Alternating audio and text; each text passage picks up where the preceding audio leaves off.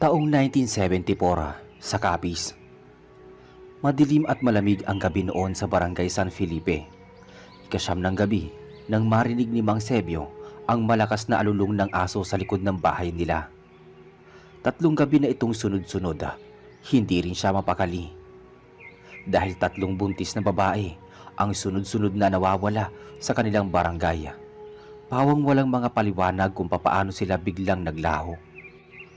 Ang tanging naiwan sa mga pinangyarihan ay mga patak ng dugo at amoy ng sunog na buhok. Hindi malayo sa kanila, sa dulo ng looban, may bagong lipat na lalaki. Tahimik ito at tila hindi nakikipag-usap kahit sino. Teryo ang kanyang pangalan. Payat ito, kayumanggi, laging naka-jacket kahit mainit, at may mata na parang hindi mo mabasa. Sabi ng mga kapitbahay, galing daw ito sa Mindoro, pero walang nakakaalam kung anong dahilan ng kanyang paglipat. Isang hapon, habang naguhugas ng pinggan si Aling Deli, nilapitan siya ni Teryo. "Magandang hapon po, Aling Deli. May natitira po ba kayong gulay na pwedeng ibili?" Ay oo, iho. Meron akong talbos ng kamote at ilang pirasong kamatis dito. Sandalit kukunin ko lang. Habang kinukuha ni Aling Deli ang mga gulay, tahimik lang si Teryo. Pinagmamasdan nito ang paligid. Malawak ang bakuran ni na Aling Deli, pero ang mas naging interesado kay Teryo ay ang ginagawang kulungan ng baboy sa may gilid. "Maglalagay po ba kayo ng baboy dyan?" Oo. Para kung sakaling may dumaan na aswang, at least may pangalis kami ng malas. Sabi nga ng matatanda, takot daw sila sa amoy ng buhay na hayop.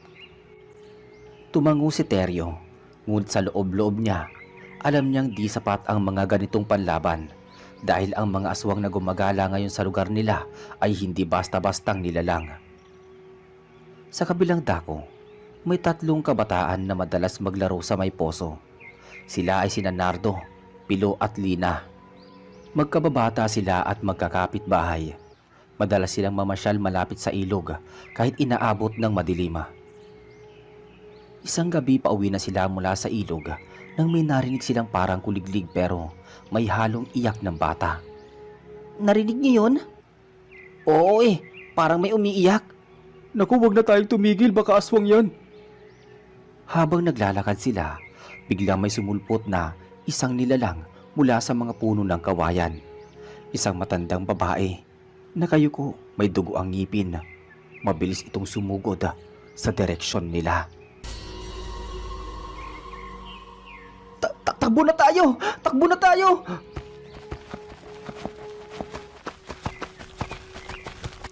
Naghiwa-hiwalay sila ng daan.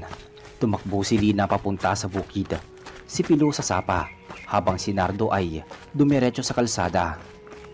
Subalit bago pa man makuha ng nilalang si Lina, isang figura na parang may usok ang bumalot sa paligid. Mula doon, lumitaw si Teryo. May hawak siyang matalim na gulok na tila hindi karaniwang bakal. Sa isang iglap, tinaga niya ang nilalang sa may batok. Sumirit ang maitim na dugo at malapot mula sa katawan ng aswang. Nang makita ng 2 pang bata ang nangyari, napatigil sila. Ang bangkay ng matandang babae ay nagbalik sa anyo ng isang itim na malaking paniki. Kuya Teryo, anong klaseng tao ka? Tanong ni Lina. Hindi sumagot si Teryo. Pinulot niya ang panyo sa bulsa. Pinunasan ang kanyang gulok at saka tumalikod.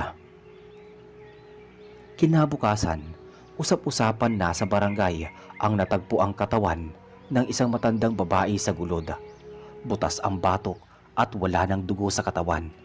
Hindi siya taga roon pero may nagsabing nakita ito ilang araw ang nakakalipas na naglalako ng halamang gamot sa palengke. Dahil sa takot ng mga tao, pinatawag ng kapitan ang lahat ng kalalakihan upang magbantay tuwing gabi. Ngunit nang tanungin kung sino ang pumatay sa aswang, walang makasagot. Si Lina lang ang may lakas ng loob na magsalita. Si Kuya Teryo po. Ang sumagip sa amin. May hawak siyang kakaibang gulok Hindi ko nga alam kung saan niya kinuha yun. Pero hindi po siya ordinaryong tao. Lumingon sa kanya ang ilan, pati ang kapitan. Anong ibig mong sabihin, Iha? Hindi ko alam, kapitan, pero nung tumaga siya, parang may liwanag na lumalabas sa katawan niya. Mula noon tahimik na lang si Teryo. Hindi na siya lumalabas ng bahay maliban na lang kapag gabi. At kung kailangan na hindi inaasahan. Pero tuwing may nawawala o may naririnig na iyakan sa dilim, tiyak ba'y matatagpo ang bangkay ng aswang kinabukasan. Laging hiwa sa batok, laging nawawala ang puso, at lagi may naiwan na puting bulak sa dibdib ng nilalang. Lumipas ang ilang araw, naging tahimik muli ang barangay San Felipe. Pero hindi ito tunay na katahimikan. Parang bagyo na nagbabadya, nag-aantay lang ng tamang oras para umatake. Tahimik lang ang mga tao pero ramdam ang takot sa mga kilos nila. Lahat ng buntis sa barangay ay hindi na lumalabas ng bahay. Pinagbabawalan na rin ang mga bata na maglaro sa labas kapag gabi na. Si Teryo, tulad ng dati, tahimik lang. Hindi siya kilala ng marami sa barangay, pero mula nang mailigtas niya si Nalina, nagsimula na siyang obserbahan ng ilan. Si Nardo at Pilo, madalas na tumatambay malapit sa kanyang bahay para lang silipin siya, pero hindi nila magawang lapitan. Isang gabi, habang nasa harapan ng kanyang kubo si Teryo, may biglang kumatok sa kanyang pinto. Marahan at tila nagmamadali. Boses mula sa labas iyon at nagsabing, Tulong mo kami. Si Aling Manda, nawawala. Binuksan ni Teryo ang pintuan. Nasa harap niya si Kapitan Raul, kasama ang dalawang tanod, si Ben at si Isko. Halata ang kaba sa mga muka. Teryo, ikaw lang ang natitirang makakatulong sa amin. Nawawala si Aling Manda. 6 na buwan na siyang buntis. Huli nakita siyang nagwawali sa likod ng bahay nila, bandang 8:00 pa kagabi. Paggising ng asawa niya, wala na ito. Hindi kaagad sumagot si Teryo. Kinuha niya ang kanyang itim na gulok at isinuksok ito sa baywang. Kumuha din siya ng maliit na supot na may lamang pulbos. May ideya po ba kayo kung anong direksyon siya nagtungo? Wala pero may bakas ng paa sa palikuran nila, parang paa ng hayop. Tumango si Teryo. Tumingin siya sa buwan. Bilog ito at matingkad ang liwanag. Mas malakas ang mga aswang kapag ganitong gabi. Sige tara, sabi niya. Pinangunahan ni Teryo ang grupo. Dinala sila ng mga bakas papunta sa masukal na bahagi ng gubat. Sa dulo ng ilog kung saan madalas magtago ang mga hayop. Ilang metro ang lalim ng gubat. May mga balite, makakapal na damo at mga tunog na tila hindi galing sa hayop. Habang naglalakad sila, biglang nagsalita si Teryo. Pag may nakita kayong parang matandang babae na may baluktot na katawan, huwag niyong lalapitan. Ako ang bahala. Tuloy-tuloy sila hanggang makarating sa isang lugar na may amoy ng nabubulok na karne. Doon nila nakita ang isang maliit na kubo na halos natabunan na ng mga halaman. May usok na pumailan lang mula sa bubong. Nagbigay ng senyales si Teryo. Kumapit sa puno si Isko at pumikit. Ngunit bago pa man makalapit, may marinig silang isang iyak. Mahina iyon at paus. Tulong! Tulungan niyo ako! Wika ng ale. Biglang may kumalabog sa loob ng kubo. Isang matandang babae ang lumabas. May dala itong itak, duguan ang damit at ang mga mata ay pulang-pula. Tumingin ito kay Teryo. Engkanto! Hindi ka rito nararapat! Alam ko matagal mo nang ginagawa to. Dito na to matatapos. Dito na magtatapos ang kademonyohan mo. Bigla silang nagbanggaan. Sa isang kisap mata, naglaban ang dalawa. Parang kidlat ang galaw ni Teryo. Tinaga niya ang nilalang sa braso, pero nakailag ito. Gumanti ng saksak ang matanda pero napigilan ni Teryo gamit ang kanyang palad. Sa halip na sugat, tila umilaw ang balat ni Teryo. Ikaw ang pinadala nila. Oo, matagal na ako nagbabantay. Isang matinding hampas ang pinakawala ni Teryo. Tumama ito sa leeg ng aswang. Tumalsik ang ulo. Bumagsak ang katawan at agad na naging usok. Naiwan sa lupa ang dugo ang piraso ng balat na parang tuyong dahon. Pumasok sila sa kubo at nakita si Aling Manda. Nakagapos, duguan ng tuhod pero buhay. Pag-uwi nila sa barangay, sinalubong sila ng katahimikan. Walang naglakas na loob na lumapit kay Teryo maliban kay Lina. "Kuya Teryo, salamat." Tumangulang si Teryo. Inilagay niya ang kanyang gulok sa ibabaw ng mesa sa loob ng kanyang bahay. Binuksan niya ang bintana at tumingin sa langit. Kinabukasan kumalat ang balita na naligtas si Aling Manda. Sa halip na tuwa, may ilang nagtanong kung sino talaga si Teryo. Si Kapitan Raul ay pinatawag si Teryo sa munisipyo para imbestigahan. Teryo, sino ka ba talaga?" Tahimik si Teryo sa umpisa, pero matapos ang ilang saglit, nagsalita siya. "Hindi ako tao. Isa akong nilalang mula sa kabilang mundo. Pero hindi ako katulad nila. Ako ang nilalang na inatasang magbantay sa mga kagaya nilang lumalabag sa batas ng kalikasan." "Batas ng kalikasan?" "Oo. May balanse sa mundo. Hindi lahat ng aswang ay dapat patayin. Pero ang mga lumalampas sa mga hangganan, yung ginagawang libangan ng pagpatay, sila ang dapat mawala." Hindi nakapagsalita si Kapitan Raul. Nang makalabas si Teryo, nakita siya ni Nardo at Pilo. Sa unang pagkakataon, nilapitan siya ni Pilo. "Kuya Teryo, marami pa bang kagaya nila?" tanong ni Pilo. "Oo, at hindi dito lang. Sa ibang barangay, ibang bayan, meron din. Kaya di ako pwedeng manatili dito." Isang gabi, habang natutulog ang mga tao sa San Felipe, nakita si Teryo na naglalakad palayo sa nayon. May dala lang siyang maliit na baga at ang kanyang gulok. Tumigil siya saglit sa may waiting shed malapit sa kalsada. Sa dilim, may dumating na isang figura. Tulad niya, payat ang dalang itim na kahon. "Panahon na para lumipat," wika nito. "May isa pa akong kailangan tapusin dito," sabi ni Teryo. "Sa Sitio Buyong?" sabi ng nilalang. "Oo, may isa pang matandang lalaki doon, pinuno ng isang grupo ng mga aswang. Siya nagpapadala ng mga kasamahan niya sa San Felipe," sagot ni Teryo. Tumango ang nilalang, tila hindi na sila kailangan pang mag-usap. Sa katahimikan ng gabi, sabay silang nawala sa dilim. Kinabukasan, muling nagbalik sa normal ang buhay sa barangay San Felipe, pero hindi sa mga mata ni Lina, Nardo at Pilo.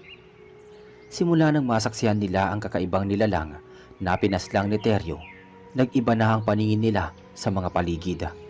Wala na ang mga dating saya sa paglalaro tuwing dapit hapon. Sa halip, palaging tingin nila sa kadiliman ay pugad ng panganib. Sa kabilang dako, si Teryo ay muling lumisan ng bahay. Hindi na siya nagpaalam.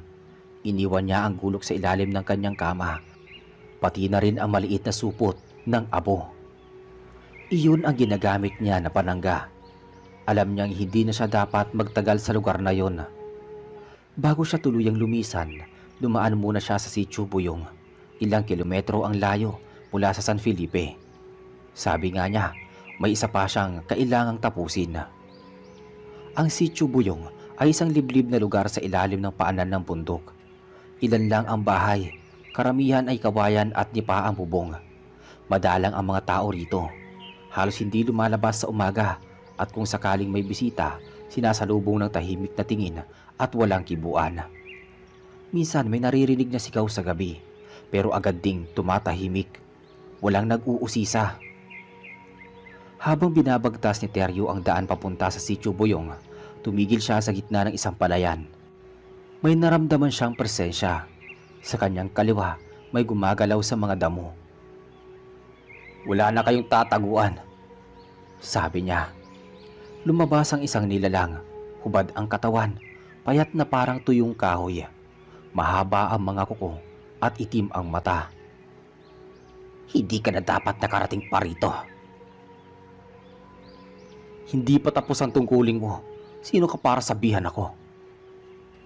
Biglang lumundag ang nilalang, mabilis na parang hangin, pero sa isang iglap, nakailag si Teryo at sinuntok ang dibdib nito. Pumutok ang balat, tumalsik ang likido na parang nanlalagkit na langis. Bago pa man makabawi ang isang nilalang, tinaga ito ni Teryo sa leeg gamit ang bagong gulok na nilabas niya mula sa ilalim ng kanyang damit. Tumilapon ng ulo, ngunit hindi ito dugo, kundi itim na usok. Nagpatuloy siya sa paglalakad, samantala sa San Felipe, may panibagong insidente na naman. Si Nardo habang naglalakad pa uwi mula sa palengke, bandang 6:00 ng gabi, ay napansin niya ang isang matandang lalaki na nakatago sa gilid ng kalsada. Nakasuot ito ng lumang barong at may hawak na baston. Ngumiti ito sa kanya. Iho apo, tulungan mo nga ako. Naligaw yata ako. Taga saan po ba kayo, Lolo? Dyan lang sa Sitio Buyong. Napakunot ang noo ni Nardo. Pamilyar sa kanya ang pangalang iyon. Pero sa edad niyang 16 alam niyang may kakaiba sa kilos ng matanda. Sige po, ihahatid ko po kayo. Pero hanggang dulo lang ng kalsada. Tumango ang matanda. Pero habang naglalakad sila, biglang nagbago ang anyo nito.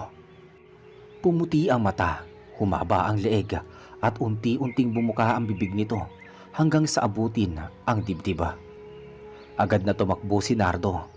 Sumisigaw siya pero walang tao sa paligid. Sa kalagitnaan ng daan, sumulpot si Pilo sakay ng bisikleta. Sakay na, bilis! Lumundag si Nardo sa likod ng bisikleta at mabilis silang tumakbo pabalik sa barangay. At sa paglingon nila, nakita nilang ang matandang lalaki ay naging parang paniki. Lumipad ng paikot-ikot sa himpapawid. Pagbalik nila sa barangay, agad silang nagtungo kina Lina. Kinuwento ni Nardo ang nakita at agad nilang naisip si Teryo. Bumalik siya sa Sitio Buyong? Baka doon pa siya. Sa Sitio Buyong, hindi inakala ng mga nakatira doon na may darating na kagaya ni Teryo. Sa gitna ng gabi, lumapit siya sa isang bahay na may bakod na kawayan. Doon nakatira si Mang Lario, isang ermitanyong pinuno ng grupo ng mga aswang sa lugar na yon. Lumabas ka na dyan, Lario. Matagal na kitang hinahanap. Nagbukas ang bintana ng bahay. Mula doon lumitaw ang isang matandang lalaking may mapupulang mga mata. Mabagal ang kilos nito, pero ang titig, akala mo'y kakainin ka ng buo. Hindi ko alam kung anong klaseng nilalang ka, Teryo. Pero sa mundong ito, hindi mo kami kayang ubusin. Subukan mo. Sa isang iglap, pumutok ang bubong ng bahay. Lumabas ang 3 nilalang, 2 babae at 1 lalaki, at halos hindi na mukhang tao. Tumalo ng isa sa kanila at sinugaban si Teryo, pero napigilan niya ito gamit ang abong kanyang hawak at itinapon sa hangin. Lumabo ang paligid, nagmistulang usok ang paligid at tila naglaho ang liwanag ng buwan. Doon nagsimula ang matinding labanan. Isa-isang tumilapon ang mga katawan ng mga aswang.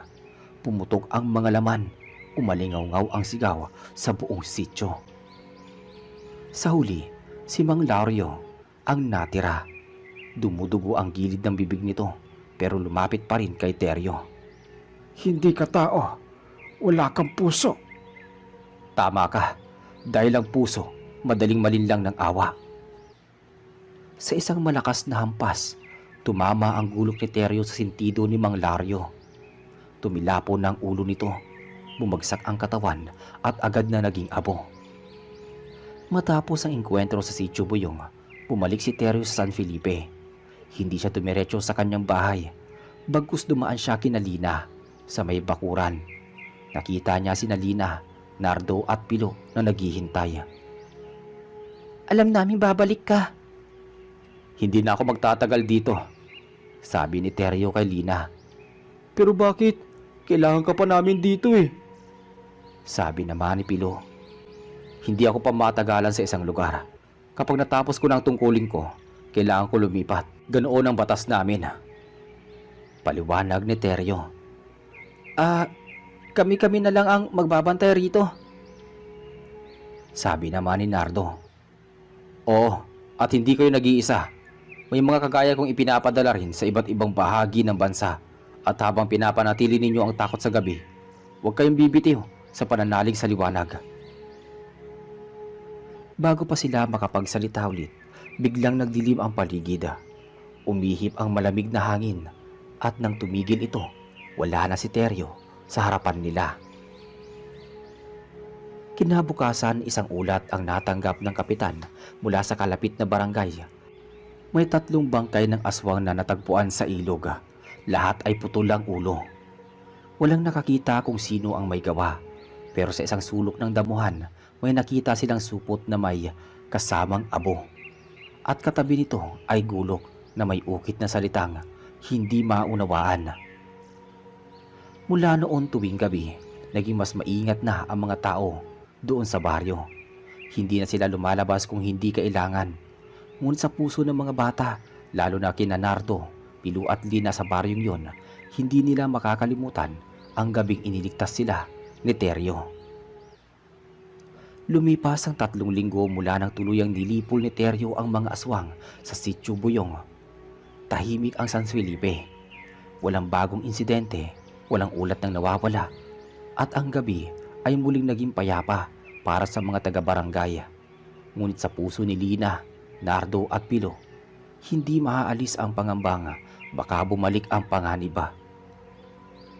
Isang hapon habang nagbabantay sa tindahan si Lina, may lumapit na lalaking mukhang may bagong salta. May dalang sako ng mais, payat pero matangkada. Maputi ang balat at tila banyaga ang dating. Magandang hapon po. May tinda po ba kayong asin dito? Meron po. Ilang takal po? Isang baso lang. Gamit lang sa ulam. Habang iniaabot ni Lina ang asin, napansin niyang malamig ang palad ng lalaki. Para bang hindi dumadaloy ang dugo. Pagkaalis nito, lumapit kaagad si Lina kay Nardo at Pilo. May kakaiba sa lalaking yun. Parang hindi tao. Saan siya tumuloy? Sabi ng nanay ko doon sa bahay ni Manggusting. Yung bakanting bahay sa gilid ng sapa. Doon din naglagi yung aswang na babae noon, di ba? Nagtinginan silang 3. Puling bumalik ang kaba. Naalala nila si Teryo ngunit wala na ito. Naisip nilang kailangan na nilang kumilos kahit wala siyang kasama. Kinagabihan pumunta si Lina, Nardo at Pilo sa bakanting bahay. May dala silang lampara, bawang, kutsilyo. Habang papalapit sila, nakarinig sila ng tunog. Huni ng uwak, kasunod ang mahinang iyak ng sanggola. Narinig niyo yun? Parang galing sa loob. Nilapitan nila ang bintana. Sa loob nakita nila ang lalaking bumili ng asin pero iba ang anyo nito. Mapuputi ang mga mata, mahaba ang dila at may hinahawakang kulungan na may lamang pusa, duguan at gumagalaw pa. Biglang napalingon ang nilalang sa bintana. Napasigaw si Lina. Tumakbo sila papalayo. Habang papalayo, narinig nilang sumunod ang halimaw. Tumalon ito mula sa bintana at naging malaking paniki. Habang tumatakbo sila sa masukal na daan papunta sa kapilya, isang matandang lalaki ang humarang sa kanila. May hawak itong baston at nakasuot ng mahabang itim na damit. Sumilong kayo rito. Hindi sila nagdalawang isip. Sumunod sila sa matanda at pumasok sa maliit na silungan sa tabi ng kapilya. Huminto rin ang nilalang sa labas, tila natakot pumasok. Sino ho kayo, Lolo? Tanong ni Lina. Hindi agad nagsalita ang matanda, ngunit nang alisin niya ang kanyang sombrero, nakita nilang may marka ito sa noo. 3 bilog na kulay ginto. Kaibigan ako ni Teryo. Ako si Doro. Isa rin akong tagapangalaga. Nasaan po si Kuya Teryo? Nasa kanlurang kabundukan, may tinutugis siyang mas malakas pa sa mga nakikita ninyo. Hindi na po ba siya babalik? Hindi ko sigurado pero habang wala siya, ako muna magbabantay rito. Nagpatuloy ang gabi sa katahimikan, ngunit sa labas ng kapilya, nagmamasid pa rin ang nilalang. Hindi ito umalis hanggang sumikat ang araw. Kinabukasan, pinatawag ni Doro ang ilang matatandang lalaki sa barangay upang ipaliwanag ang sitwasyon. Dumalo si Kapitan Raul, pati sina Aling Deli at Mang Sebio. Ang nakita nyo kagabi ay hindi ordinaryong aswang. Isa siyang dalakit no na may dugong aswang, nilalang na galing sa punong dalakit. Mas matindi ang lakas niya at kayang gumaya sa tao. Mahirap silang patayin. Paano namin sila mapipigilan? Sabi ni Kapitan. Kailangan natin silang ihiwalay sa pinanggalingan niyang puno. Kapag naputol ang koneksyon niya sa dalakit, madali na siyang malupig. Saan natin siya matatagpuan? May puno ng dalakit sa likod ng lumang simbahang abandonado sa Sitio Lapi. Doon siya kumukuha ng lakas. Nagkaisa ang mga tao. Nagpasya silang puntahan ang lugar kinabukasan. Ngunit bago pa man sumikat ang araw, may isa na namang nawala, si Aling Deli. Habang hinahanap nila si Aling Deli, sinamahan sila ni Doro sa daan patungong Sitio Lapi. Sa kanilang paglalakad, may naamoy silang masangsang na halimuyak, amoy na nabubulok na karne. Nang tumingin sila sa gilid ng daan, nakita nila ang isang sako. Binuksan nila ito at tumambad ang katawan ni Aling Deli. Tuyot na parang piniga. Diyos ko, Sabi ni Lina. Hindi natin pwedeng hayaang madagdagan pa ito. Pagdating nila sa Sitio Lapi, agad nilang nakita ang malaking puno ng dalakit sa likod ng simbahan. Malago ang dahon, makapal ang ugat, at malamig ang paligid kahit tirik ang araw. Habang pinag-aaralan ni Doro ang puno, biglang lumabas ang nilalang mula sa likod. Mas malaki na ito, mas matulis ang kuko, at may mga pakpak na parang sa paniki. Kayo pala ang mga bagong bantay. Hindi ka na makakatakas pa, demonyo ka. Nagbanggaan sina Doro at ang nilalang. Habang naglalaban, sumisigaw si Doro. Putulin niyo ang ugat ng puno, bilisan ninyo! Tumakbo sina Nardo, Pilo at ilang lalaki. May dala silang palakol at itak.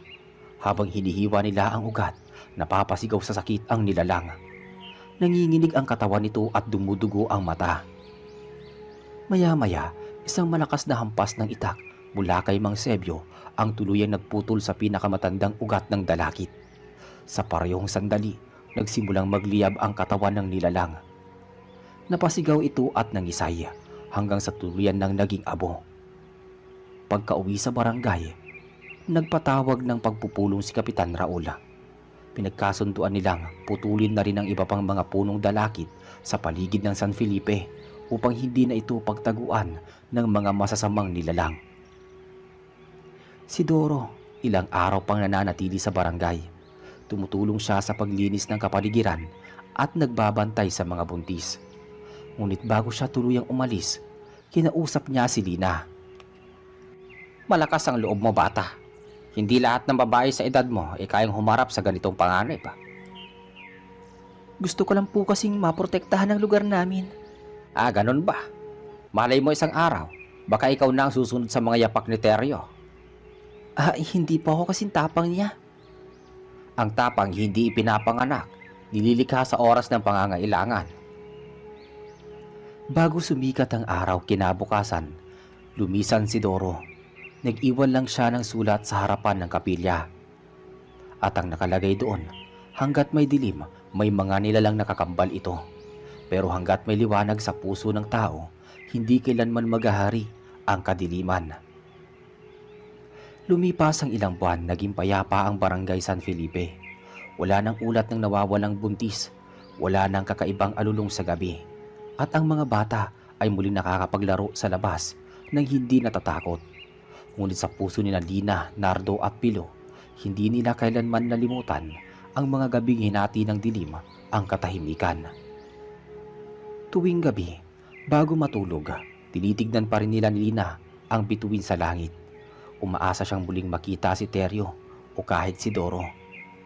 Sa bawat pagpatak ng ulan, sa bawat pag-ihip ng malamig na hangin, iniisip niya kung may bagong panganib na paparating.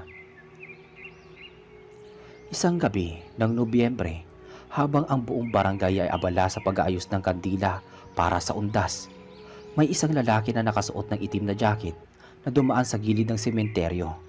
May dala itong sako at isang matigas na kahon. Hindi ito pinansin ng mga tao, ngunit habang papalayo ito sa barangay, may batang nakakapansin sa kanya. Inay, yung lalaki yun. Parang siya si Kuya Teryo. Ngumiti ang ina pero hindi sumagot. Kinabukasan sa tabing daan, may natagpo ang sunog na katawan ng hayop. Hindi malaman kung kambing o aso. Ngunit ang nakapagtataka, may marka ng 3 bilog sa lupa, katulad ng markang nakita noon ni Lina sa noo ni Doro. Tumahimik na lang ang mga tao. Walang nagsalita at wala na rin nagtangkang ito ay imbestigahan pa. Pagkaraan ng 1 taon na, si Lina ay pumasok bilang guro sa isang paaralan sa kalapit na bayan. Si Nardo ay naging tanod at si Pilu naman ay tumulong sa barangay bilang voluntaryo sa mga sakuna. Hindi na sila mga batang tumatakbo mula sa dilim. Sila na ngayon ang mga batang natututong tumayo sa harap nito. Sa kanilang mga kilos at desisyon, dala nila ang mga aral na iniwan ni Teryo.